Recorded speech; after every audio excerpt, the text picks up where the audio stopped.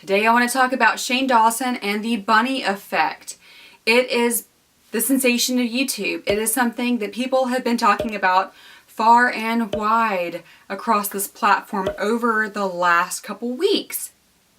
Is it real or is it bullshit?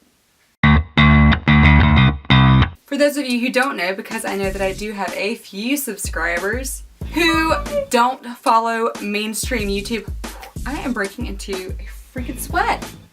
How's this for authenticity? Is this a hot flash or just summer in North Carolina? Oh my gosh. Actually, why am I sweating when I could just shed some clothing? Alright, for those of you who are not familiar with Shane Dawson and Bunny, aka Graveyard Girl, quick recap is that she was a huge internet sensation for a lot of years and apparently peaked in 2014, which is the year that I began a total meltdown and fell off the face of the earth. So I had no clue any of this existed. Shane Dawson is also a huge deal on YouTube currently, and in the last year, apparently his focus has really been authenticity.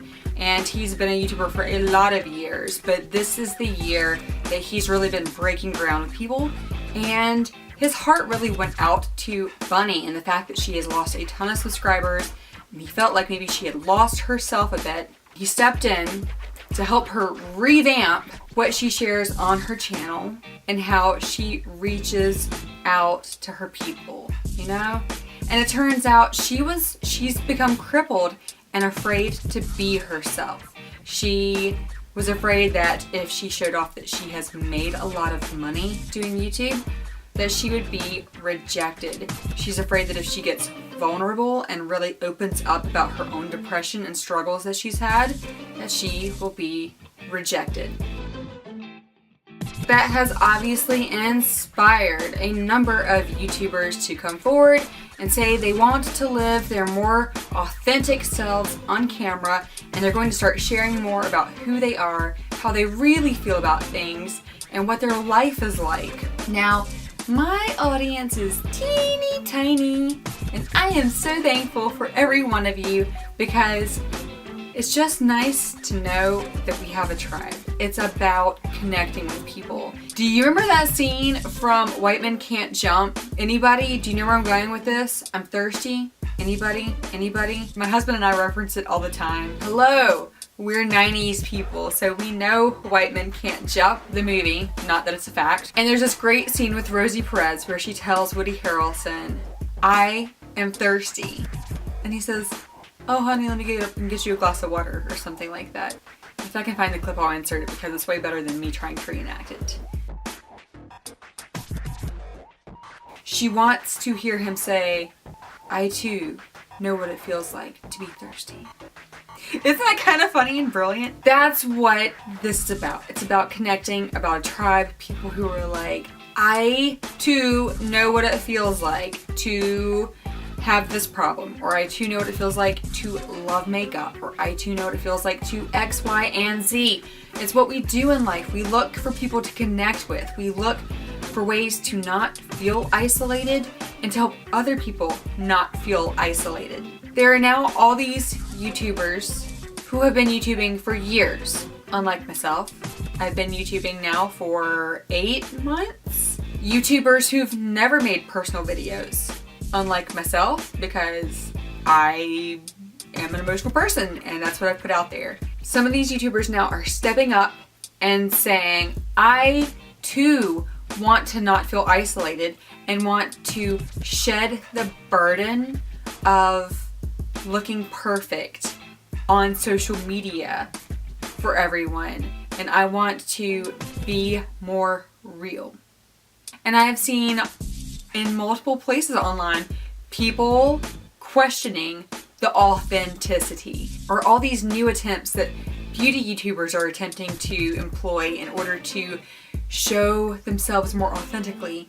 Is it authentic, or is it just another part of the show? Is it a way to capitalize on what Shane and Bunny are doing, aka the bunny effect? I want to give my 2 cents to this conversation, and I would love to hear yours in the comments, or if you have your own channel, Do your own video. I think this is real. I think this is authenticity starting to break through. And for instance, today, for you it will have been yesterday, Tati was doing a review, just like she does 5 days a week. She was doing a review of Grindable Eyeshadow, something I'd never even heard of. And when she came back for her check-in, she laid it all out. She had spent a good part of the day crying and seriously considered the ways in which she could cover that up, reshoot the video another day, create more work for herself, etc., etc. Or she could just sit in front of the camera and say, you know, I've cried my eyes off today. Literally, she cried her eyelashes right off. She ended up reapplying them. Looked stellar. I gotta say, it was a great review for the eyeshadow because the eyeshadow still looked bomb, and she said it held up like a dream. Review accomplished, Tati. But she kind of didn't just say, hey, I've cried today, it's been a rough day. She dove a bit into why, and she didn't get into the deep nitty-gritty about it, but she definitely shared that she was feeling just a really cruddy day, that she's in an emotionally hard place, that someone in her life is going through something and it is triggering memories of her own battles. It is resurfacing parts of herself that she has healed and tucked away. It had nothing to do with the makeup or the eyeshadow review, and she just laid it out there. And, you know, I cringe to think what comments may have been left in her comment feed. I hope they got deleted. And I am a believer when someone leaves just pure nasty malicious comments, you don't have a right to get upset when the YouTuber or her moderator deletes them. Like, you came just to spew bile on their page. That's not constructive criticism. That's called being a bitch. There's a difference. But in other parts of the internet that I've seen, you know, and I'm not referencing Tati's video because I haven't looked for a reaction to that. But this is just one more step of other people who have been bearing their souls a little bit more on camera. And I have seen it reacted to so negatively. People accusing them of being fake. People who aren't bothering to be on camera themselves. People who don't get on camera constantly. And I'm not even talking about myself here. I'm talking about people who put themselves on camera 5 days a week. People who are on Snapchat. People who are constantly updating things. And have done so under the guise of being photo ready at any moment. Who, you know, we all want to put our best foot forward. We want to showcase what we're doing right and how we look good. I don't want to sit here and showcase my fat ass double chin. I don't want to showcase that an hour ago I was having a meltdown because my bras were stuck together. I don't really want to showcase that I have dry lips that I'm trying to heal and that I actually busted one back open a little bit ago. But here we are. Yeah, that's... I don't even have the pressure of a huge following. I don't go to the grocery store and get recognized. And I can already say that it's been scarier now that I have just a few people. I have a few people in my tribe, and now I'm afraid. I'm afraid of letting you down. I'm afraid of being attacked.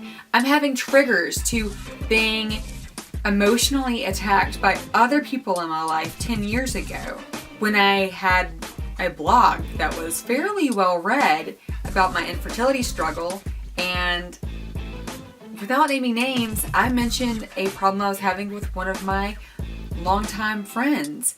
And guess what? Didn't turn out well. I got roasted for it. It went from bad to super ugly. And then I had a blog post saying that I'm not a fan of National Infertility Awareness Week and got totally roasted for that one by a ton of strangers on a couple infertility forums as well as on Twitter, none of whom had the balls to actually tag me in their comments. They talk about me. Found a circle jerk of just angry people who didn't like what I had to say but weren't gonna bother to tell me about it. So I can understand why different beauty gurus, different YouTubers, different celebrities are nervous to put stuff out there. It can be really scary because people gonna people, and that's rough stuff. I see really good seeming people get roasted online, including for good deeds they do. I mean, you know, you're damned if you do, damned if you don't, unless you just want to isolate yourself and live in a bubble. So, you know, that's my babbling. Anyone who has the nerve to go on camera and talk about your good days, talk about your triumphs, talk about your victories, talk about your, like, yes, your exciting things, and also has the nerve to cry, talk about your shit days, talk about your struggles, talk about your faith, talk about your hopes and dreams that you're afraid are failing and that you don't know how to reach. Kudos to you. Kudos for being yourself and to do it in the most comfortable way you can.